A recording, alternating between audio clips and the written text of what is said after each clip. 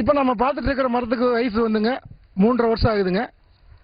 இந்த மரம் எங்கே இருக்குதுன்னா ஈரோடு மாவட்டம் முத்தூர் அருகில் உள்ள பள்ளியரசல் கணபதி பாலத்தில் இருக்கிற திரு சி சுப்பிரமணியம் அவங்க தோட்டத்தில் இருக்கிற மரங்க.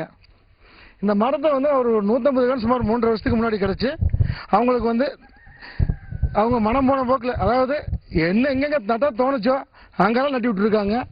ஆனாலுமே இந்த மரம் வந்துங்க ஒரு நல்ல வளர்ச்சி கொடுத்துருக்குதுங்க. இந்த மரத்துக்கு தனியாக அவங்க வந்து எந்த நீர்ப்பாசனமும் பண்ணலைங்க. பார்த்தீங்கன்னா பக்கத்தில் போகிற வாய்க்காலில் இருந்து மரத்தை அந்த தண்ணி எடுத்துட்டு இந்த மரம் நல்லா வளர்ந்துருக்குங்க. இந்த மரத்தை பற்றி திரு சி சுப்பிரமணியம் அவர்கள் உங்களோட கூறுவாங்க. இந்த மரத்தினுடைய வயசு வந்துங்க 3.5 வருஷங்க. இந்த மலைவேம்புக்குன்னு ஒரு ஏசிஎஃப் கொடுத்தாருங்க வனத்துறையில்.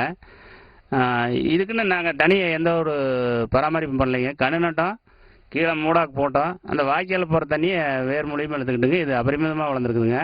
இதனுடைய சுற்றளவு பார்த்தீங்கன்னா ஒரு 36 இன்ச்சு வருங்க. ஒரு 20 அடி உயரம் வந்து தாராளமாக வளர்ந்துருக்குதுங்க. இன்னைக்கு வேல்யூ வந்து கிட்டத்தட்ட ஒரு 4000 ரூபா பெருமானமான அளவுக்கு இது விலை கிடைக்குங்க. ஏக்கரா கிட்டத்தட்ட ஒரு 800 கன்று வைக்கலாங்க. இது வந்து விவசாயிகளுக்கு கிடைச்ச மிகப்பெரிய ஒரு அருமையான மரங்க. இதை வளர்த்துனா வந்து பல மடங்கு லாபம் பெறலாம். விவசாயத்தினுடைய வருமானம் வந்து கிட்டத்தட்ட ஒரு ஏக்கருக்கு 10 லட்ச ரூபாய்க்கு குறையாது கிடைக்குங்க. இந்த மரம் வந்து எல்லா விவசாயிகளும் நல்ல மண்ணில் வளர்த்துறதுக்கு தகுந்த மரங்க. இப்போ நீங்கள் பார்த்துட்டு இருக்கிற மரம் வந்து திரு சிஎஸ் தோட்டத்தில் இருக்கிற மரம் தாங்க. இந்த மரத்தினுடைய உயரம் பார்த்தீங்கன்னா 25 அடி உயரம் இருக்குங்க.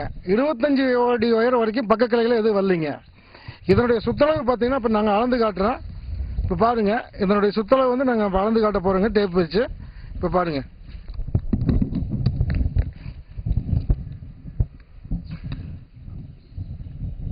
இந்த 34 இன்ச்சு இருக்குதுங்க.